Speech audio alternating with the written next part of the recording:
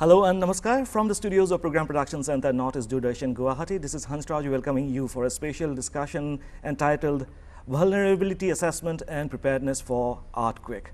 And to talk about it, we have with us two special guests out here in the studios, and I would like to introduce them to you. We have with us Dr. Jayanta Pathak, Professor of Department of Civil Engineering, Assam Engineering College, and then we have with us Nandita Hazarika. She is a Deputy Secretary and State Project Officer of Assam State Disaster Management Authority. So, ma'am, welcome to the show. Thank you. A lot been talked about earthquake, and we have heard the news, we have seen what has happened in Kathmandu, Nepal. Now, sir, taking into fact all that has happened there, the destruction of property and the death of thousands of people, was it possible to ascertain that such an earthquake would have actually occurred beforehand? Actually, see, that such an earthquake might occur, this is known to us. You're right. The location is not known, the time is not known, but the entire Himalayan belt, right from Kashmir to northeast and going down to Sumatra, we know that an earthquake of magnitude 8 and above might occur any moment, anywhere. So, equally potential area. So, it's usual that such earthquake might occur. What was unusual was the effect of the earthquake was quite large. The effect of earthquake means the loss of life and property, which was actually unusual. And knowing that in 1934 we lost about more than 10,000 lives in the same area, so it is quite surprising. Over 80 years, why didn't we get prepared for something like this? So that is what is quite unusual. Right, exactly. That's what I would like to say. Yeah, coming over to you, ma'am. Now, since we have talked about preparedness, so what was lacking behind? Was it like because of an alert system, or was the people not equipped to avert such catastrophe? Actually, I think that because we have not seen a mega disaster, and people get bogged down by their daily routine lives, and they do not like to think about the bad aspect that is always there with us. I mean, it's always there with us that a potential earthquake, damaging earthquake can happen. But probably, I don't know, we don't like to think about it, and we get busy with our own lives. So, it is very necessary that we must keep reminding ourselves of the region we are living in, and in every aspect of our lives, we take certain measures as an individual, as a community, and even at the government level.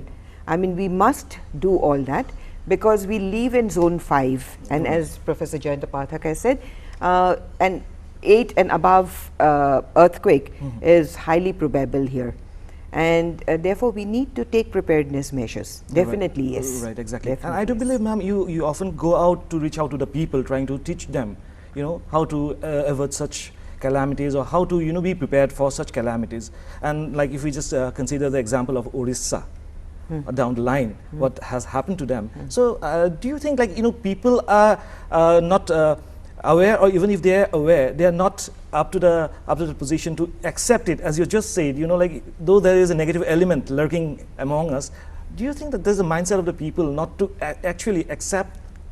No, it is basically, I say that, community knowledge or traditional knowledge has also been forgotten down the line somewhere. Because I remember clearly my grandmother used to tell me, like, she saw the 1950 earthquake, and she always used to tell me, Bhumikampa ahile bisnartalat lukaba, which means go under a bed. And doing this disaster management, now we have come down to the full cycle. I say do the drop, cover, hold. Basically, if there is the earthquake and the shaking, please don't run outside, do a drop, cover, hold. And that is how you should first save yourself from any falling objects that may happen to fly about. So, somewhere that traditional knowledge has gone down, and therefore we must now again bring it back to the people that this is what you must do, because in this earthquake itself I have seen in many apartments people rushing down with the shaking, and which is a most dangerous thing to do. If like before, people used to live in Assam type houses, and there was always open space outside, and therefore people used to walk outside. But today, when we live in high-rise buildings on a 4th story or on 5th story, I think we must understand that the situation is not the same of going outside, and therefore we must do the drop, cover, hold. That means drop to the ground, go under a sturdy table or a bed, whichever is sturdy, Right. and take cover and hold on to it until the shaking stops.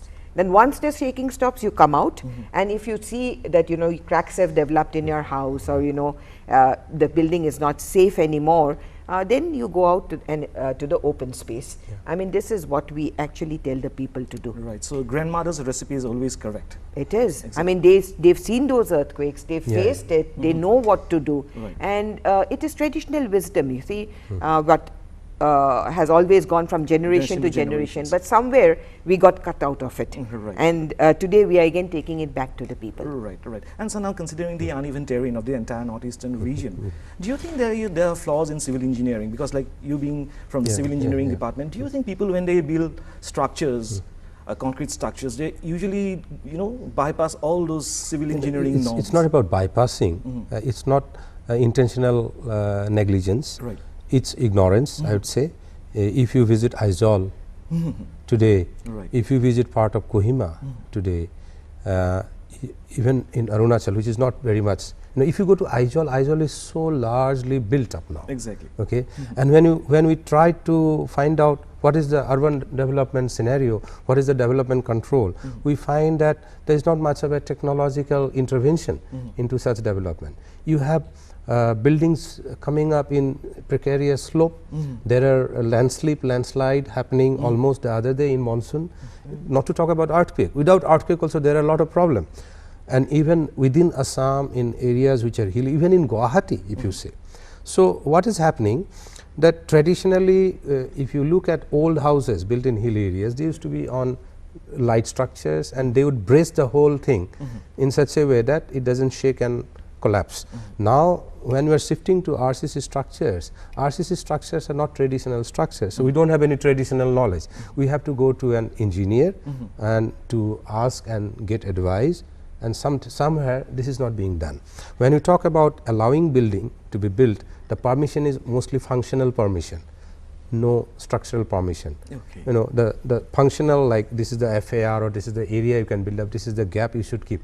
If that is all right, you build your structure. Right. But how to build a structure now, the engineering intervention part is missed.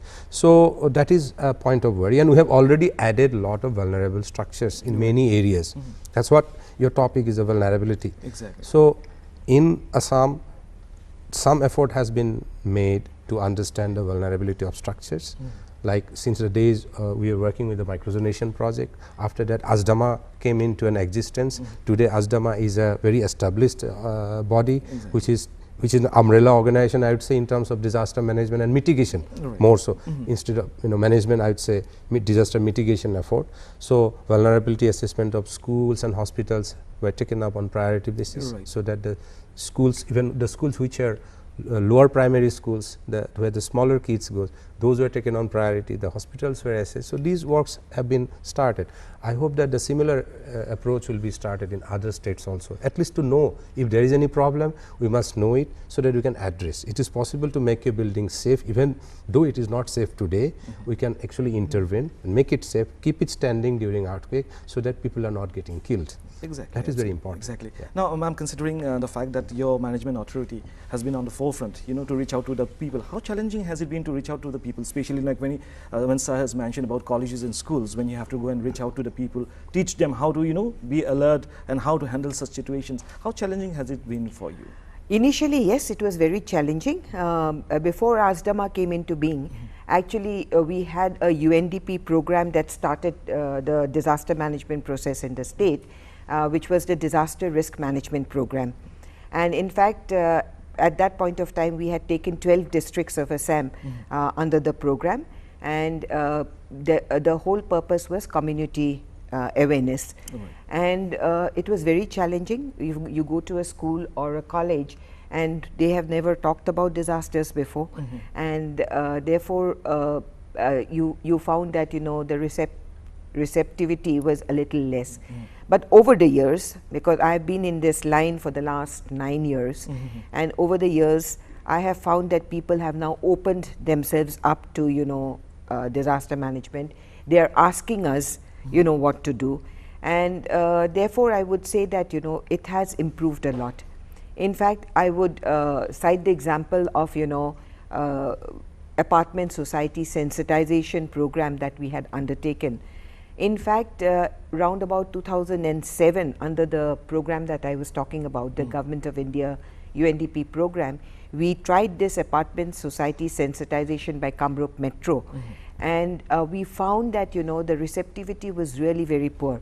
And in fact, you know, for your information, there were also certain instances when people would, you know, not even come down to hear you. Right. But when we started in 2013 again, on a, of course, on a much larger scale, and took up 400 apartments, we found that, you know, the receptivity has improved, though I would say that, you know, much more can be achieved, because the percentage of receptivity was around 45 to 50% only. So 50% of the people, you can say, still did not come to understand or to learn about what they should do in case there is an earthquake. And here it may be mentioned that we actually took the knowledge to the people at their doorsteps. I mean, we did not give a advertisement, traditional advertisement, but we actually went from apartment to apartment trying to sensitize people. But even then the receptivity was only around 50%.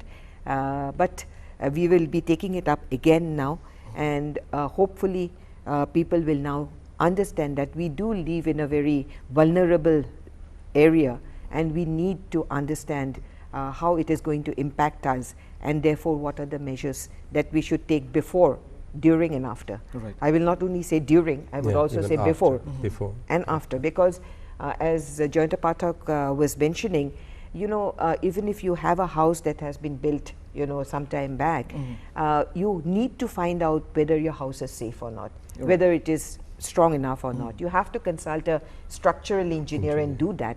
I mean, we live in an area and we need to know if my house is safe or not. So simple things like that.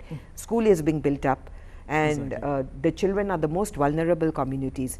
They need to find out how safe their school is.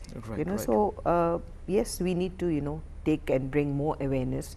I mean, there's never a yardstick for awareness. You know, you keep on increasing it every time. Right, absolutely. So now coming to the probable causes of which of what can happen, the reasons like what happened there in Nepal. So if you can just be more precise about. See, this particular area was not so active for last about 80 years. Okay. We had few earthquakes of magnitude 6 and around 6 in last century.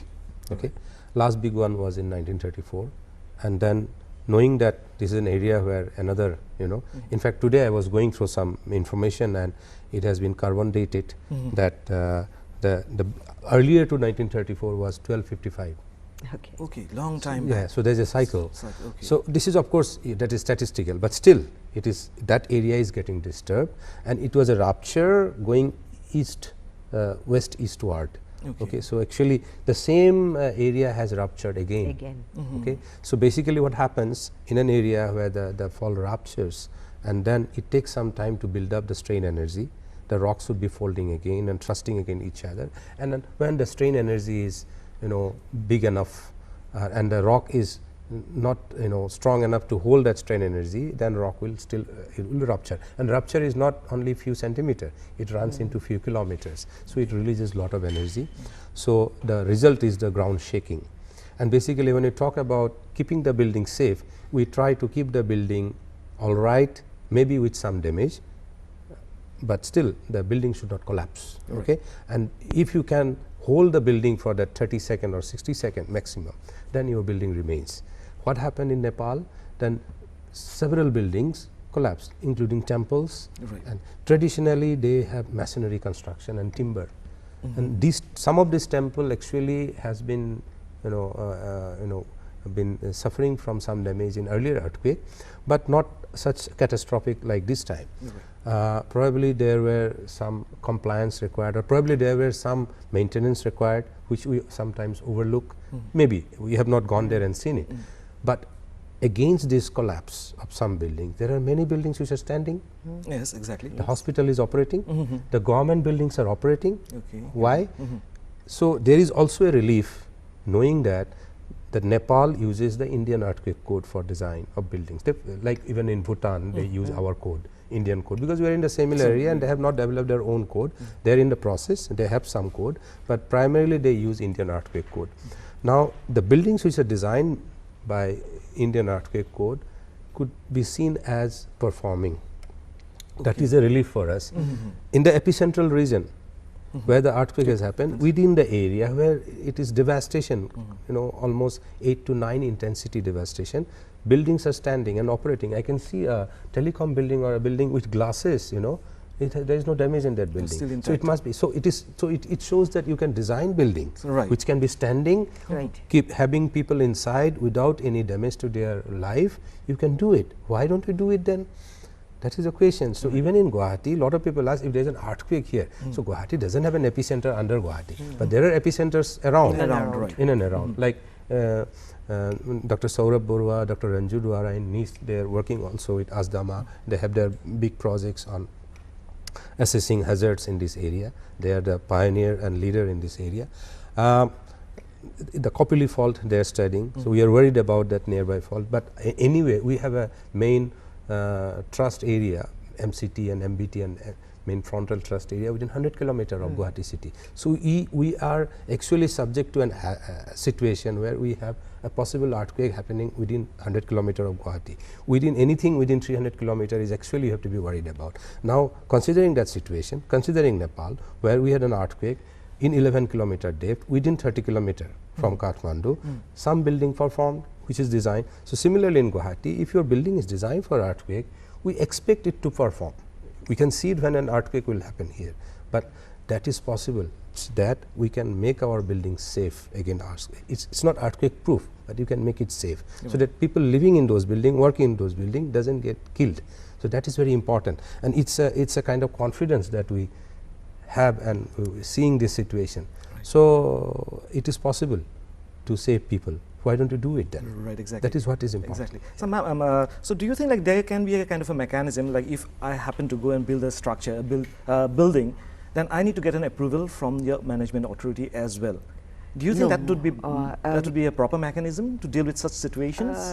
No, I don't think the Assam State Disaster Management Authority will become a building approving authority, because you have your departments for it, like you know the GMD and the and you need engineers for you know looking into your designs and this thing. So we are more into the preparedness and mitigation, but we let departments you know have their core responsibility. There are core departments and they have their core responsibility, but we have, as an authority, we have helped them in their building bylaws. Like you know, we have revised the building bylaws in 2006, and then further in 2014. We did not have in Assam, we did not have a uniform building bylaw like other towns, and never had a building bylaw.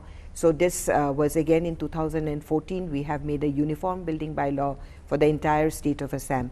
So we facilitate in taking certain measures so that they can work upon it, and then you know give the necessary permission looking into the building bylaws. So that way we see that it is much more you know safer, and people do their own work, because everything the Disaster Management Authority cannot take it upon themselves. Exactly. And now, now looking into that, all that happened in Kathmandu, so what should be our level of preparedness now at this point of time? Basically, if you look into individual level of preparedness, it is, I would always say that even if my house stands, you know, I may have, you know, falling objects, non-structural objects which keep on falling and which may actually hurt me. Actually, there's a study which says that, you know, about 70% and above, actually people get hurt by non-structural objects more than the structures. Even in moderate earthquake. Even in moderate earthquake. Like, you know, when I say non-structural, many people ask me, what do you mean by it? Actually, if you have an almirah, say, which is tall and standing, and when the earth is shaking, and the almirah will try to move. Now it will not be able to move, and so it topples and fall. Then you have your own, the things inside the almirah. That is of course in a major shaking. Now you have things inside your almirah. What we have done in modern ages is that we have replaced the bolts and the latches with magnetic locks. Now when the earthquake happens, even a moderate earthquake, your magnetic lock will fly open, and you know whatever is inside the almirah will all fall out, and all that can actually hurt you. So you have, you know, even on moderate intensity earthquakes, you may have falling objects that may hurt you. We put so many, you know, objects on the shelves, you know, to even decorate your house. Without securing them. Without securing them. We put a wall clock, you know, we just put a nail on the wall and we put the wall clock there. But you know, if we put the wall clock with a L-shaped, you know, this thing, it is much more safer than on a straight, you know, nail. It will come out. And if I am sitting and the wall clock is just above me, if it falls on my head, I will definitely injure myself. So these are certain things that everybody should know, you know, what is it? And when I sit down, actually, you should just look around your house to see what are the things that may fall. And how do I secure them, you know. It is so very important for us to secure the objects so that we are safer. So this is one thing that I always tell people. The second thing I tell people is that before the earthquake, please keep an emergency kit ready. You know, we laugh at it, but you look at today in Nepal, shortage of food, shortage of water. You know, now if everybody had been prepared with an emergency kit where they have a bottle of water, some dry food, and especially if you are, say, a diabetic patient, if you say you're a blood pressure patient, you need to take regular medicines. I need to put my medicines into that emergency kit so that, you know, even if the earthquake, when the earthquake comes, I have to, you know, evacuate by taking the kit with me so that I'm much more better prepared for to a sustain. day or two before support comes from outside. Before the support comes in. So all these things are so very necessary. No rocket science. Very common, minor, you know, this thing. And you can always, you know, we can always ask people to go to our website, which is asdma.gov.in, and please look into our, you know, we give this entire things are there, what to do before, during, after. They can just have a look and, you know, be better prepared. Because time is very short for me to keep on elaborating, you know, everything that has to be done. A lot of things needs to be done, and they can always look into our website, which I would say has got certain, you know, information which they might find useful. Right, exactly. Ma'am, I'll come back to you. Yeah. So there's another very important question. Now, when we talk about earthquake, one of the highest prone earthquake zones is Japan, and the way they have been dealing with earthquakes, so over the time, it's really definitely it's like something amazing the way they have handled earthquakes. So what exactly is their way of preparedness, or how do they look into it? Because the movement is there also as well. They have frequent shaking, and the children in the school, they will not get scared. Here also we expect that our kids will not get scared if some kids are seeing this program, you know. That's why we took that school program, and ASDAMA is doing a lot of awareness in the school. In Japan, the school, they take the school and they spread the information in the school, because the kid will come back home and tell their parents to, you know, do what is taught in the school. In Japan, they are leader in earthquake awareness and bringing up earthquake resistant construction, bring what we are doing, lot of things we are doing here, we have learned from them. Okay, they have started it long back, probably 50, 60 years before they have started what we are doing now. In fact, Bhuj earthquake, which was so devastating, officially about 24,000 people died, that shook us, and we actually realized that we have to do something about it. So the disaster management or mitigation had become very proactive since then. So we have started, it will take time. Even in USA, you know, the hospital they are making safer with an incremental investment only. It's not possible to do things overnight. What we have not done for last 50 years, you cannot correct it in, you know, in a day or two, or even in a year. So we have to do it now. If to be something like Japan, if we can do it in a fast pace, probably another decade, we can say that we are very much prepared in terms of responding to a disaster. Now in Japan, in technologically front also, they have developed a lot of, they have invested in this. We have never invested in managing disaster or mitigating disaster. That's where they are different from us. And in Japan, it's a way of life. Exactly. It is not still a way of life here. We think that earthquake is something separate. When it will come, we'll see it. So that is probably what is taking us back in terms of preparedness. We have to be like them. We have to be, probably Madam would be able to elaborate on this. We have to make it a way of life. that we should accept that we live in an area which is prone to earthquake, and we might get subject to such an environment or situation anytime. So that is what is very important. Ma'am, you said a while ago that receptivity was very poor compared to other states. So how, do you have to be harsh at times to really No. reach out to the people? You cannot be harsh, because you have to understand that people have not experienced it, and what things that you don't experience, you don't really feel it. So you have to understand why it has happened, and you have to actually devise ways to reach out to them. I mean, your strategy should change. I would always say, if people are not listening to you, then change your strategy, and that is what we have done. We have, you know, tried many strategies, and then finally probably clicked on few which has worked. So this is how we go about it. It is, you see, you can't thrust something to people. Exactly. People have to accept it, and acceptance takes some time, but then when they accept it wholeheartedly. So even though we have not been able to reach to 100% of, you know, people living here, but at least we have, you know, reached to a certain section of the people. And I always say that, you know, people were not that aware. Even if you look back on your own, you know, this thing, you know, 10 years back, probably I was not as much aware as I am today. So I would always say that it's a slow process of, you know, gathering knowledge, and it takes time. But once the momentum is reached, then we, you know, really take off. So we are hoping to reach that momentum, and we are working towards it. Right, exactly. And do you think that people's speculation is somewhat, you know, like off track at times because of the media? Because certain things and rumors come out which are often not true. Yes, something like, you know, when people say prediction, you see certain predictions given by astrologers, or, you know, that an earthquake will happen now, or whatever. I always tell the people that, you know, please understand that scientifically we are not able to predict earthquakes. It can happen anytime, anywhere within this region, but no prediction has happened. So don't panic. And this message has to be given even by the media, that don't panic, because you know you live in an earthquake prone area, but nobody can predict an earthquake. I mean, people who were there in the temples of Nepal just minutes before never knew that the earthquake was going to come. You don't hear anything, you don't feel anything, and suddenly it is there. So I think we should all work together to see that, you know, we don't spread rumors, we don't, you know, just give predictions and, you know, make the people run around without any precautions, you know.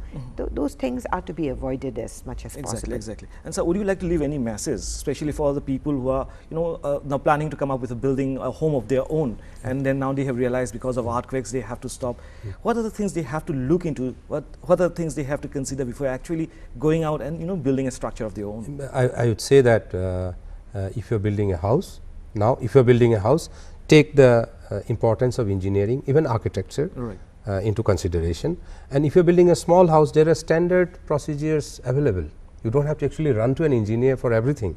If you are building a house in hilly areas, there are standard procedures laid down. Get your house checked or designed by an engineer, and then leave. It's an investment, and whatever additional cost you are incurring, take it as an you know, insurance, like a life insurance premium. So when you spend your whole life saving to make a another house, few thousand it is better rupees, to make it invest, safe make for it the safe. next, you know, and you 30, sleep 40 well. years. You build a house which is, you know, earthquake resistant, and sleep well inside, instead of, you know, panicking whenever there is a shaking. This is something then you create for yourself for rest of your life. So avoid it, and it is actually possible to have a safe house which can keep you safe inside during earthquakes. So it is possible. We always say earthquakes don't kill, Buildings unsafe buildings unsafe do. building kills, not the building, unsafe building kills. Wonderful. So we do believe our viewers would have been benefited by our discussion, what they need to do now, the assessment as well as the preparedness. Thank you so much, ma'am, for being here and sharing your views and opinions. Sir, thank you so much. Thank you so much. And we do believe, dear viewers, you must have learned a lot from this discussion. Well, that's all the time we could have for you this time. So we'll be back again next time. Stay healthy. Take care.